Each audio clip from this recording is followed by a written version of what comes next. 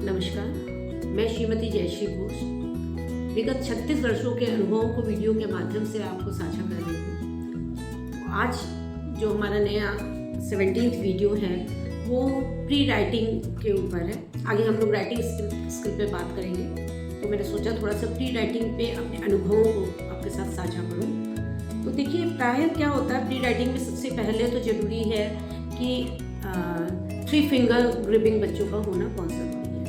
प्रायः देखा जाता है कि 3 फिंगर ग्रिपिंग में बच्चों के साथ प्रॉब्लम होती है, तो उसके लिए ओटी में और स्पेशल एजुकेशन में बहुत सारे ग्रिपिंग की एक्सरसाइजेज हैं, एक्टिविटीज़ हैं, वो कराई जाती हैं, जो कि हम कह सकते हैं कि वो राइटिंग के लिए प्री रिक्विजिट है। लेकिन उसके साथ ही साथ जब हम देखते हैं तो देखते हैं बच्चों की ग्रिपिंग में बहुत सारी प्रॉब्लम्स होती हैं। उनकी ग्रिपिंग में प्रॉब्लम कहाँ कहाँ होती है? सबसे पहले तो उनका ये जो स्पेस है वो नहीं बनता है। इसके लिए प्रायः बाजार में जो टीयर ड्रॉप क्रेयॉन होता है, लोग उसको यूज़ करते हैं, लेकिन मैं उसकी यूज़ के लिए आपको बिल्कुल मना करूँगी, क्योंकि वो सिर्फ एक साइज़ का मिलता है और बच्चों के डिस्टेंस का साइज़ सबका अलग अलग होता है। तो उससे ज़्यादा बेहतर होगा कि हम पेंसिल को कुछ मोल्ड कर लें, पेंसिल में कुछ मोल्ड लगा लें। Mould of plaster of Paris का अक्सर बोला जाता है, लेकिन मैं बिल्कुल प्रेफर नहीं करूँगी, क्योंकि उससे जो है वो इतना सख्त हो जाता है, टाइट हो जाता है कि बच्चे को यहाँ पर चोट लग सकती है। इसलिए हम इसमें कुछ कॉटन का, बच्चे के हिसाब से उसको ग्रिपिंग को इसको फुल करने के लिए हम कॉटन का वो बना सकते हैं। जैसे मैंने देखिए इसको बनाया है, हम टेप से उसको बना सकते हैं। जैसे ये मैंने डबल साइडेड टेप दिया, वो थोड़ा मोटा होता है, वो थोड़े दिन आप ऐसे रख देंगे या पाउडर में उसको चला देंगे तो वो ड्राई हो जाएगा सेकंड साइड। तो ये भी आप बच्चे के हिसाब से इसको बना सकते हैं। आप थिक स्केच पेन ले सकते हैं। उसके अलावा भी देखा जाता है कि बच्चे में जो है ये हो सकता है कि ये तो गैपिंग तो ठीक है, उसका वो कवर कर लेता है, पर ये ग्रिपिंग नहीं बनती है।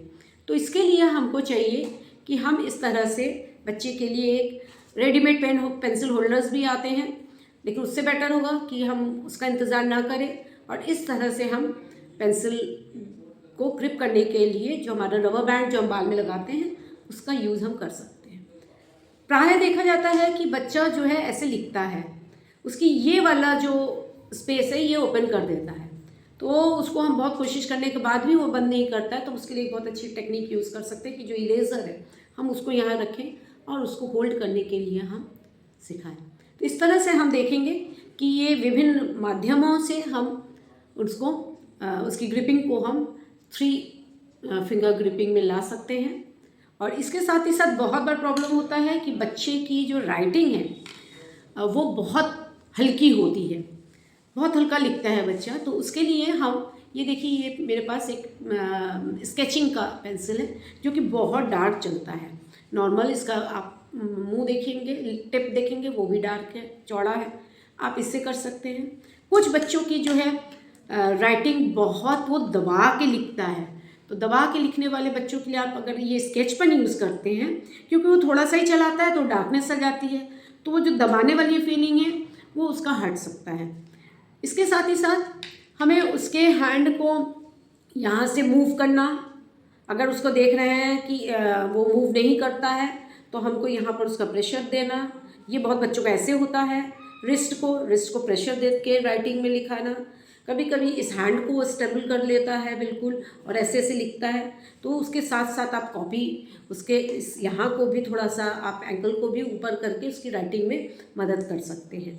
उसके साथ ही साथ कॉपी में 2 चीज़ें बहुत ध्यान रखने की ज़रूरत है कि जब भी राइटिंग स्किल सीखा, थोड़ा सा स्लाइट तिरछा रखें और लेफ्ट हैंड हमेशा कॉपी के ऊपर रखने की बच्चे को आदत डलवाइए, जिससे कि पेज जो बच्चा लिखते लिखते ऐसे पेज मुड़ जाता है वो नहीं मुड़ेगा, और कॉपी में लिखते लिखते जो बच्चे का पोस्चर चेंज होता रहता है वो नहीं होगा। इसलिए थोड़ा अगर आप स्लाइड तिरछा रखेंगे तो ये प्रॉब्लम नहीं होगी। साथ ही बच्चे का सिटिंग पोजीशन, उसकी चेयर और टेबल के बीच का रेशियो, बच्चे का सिटिंग, बच्चे का हैंड सही होना चाहिए, बच्चा पीछे से कंफर्ट होना चाहिए कि मैं ठीक से बैठा हूँ, तभी वो लिखने के लिए कंफर्ट होगा। तो अगर इन चीज़ों को हम प्री राइटिंग के समय ध्यान रखें तो निश्चित रूप से बच्चे के अंदर ग्रिपिंग भी आएगी, बच्चे के अंदर कॉन्फिडेंस भी आएगा और बच्चे कि ये सारी चीज़ों से आगे की तरफ लिखने में भी उसकी मदद होगी। Thank you.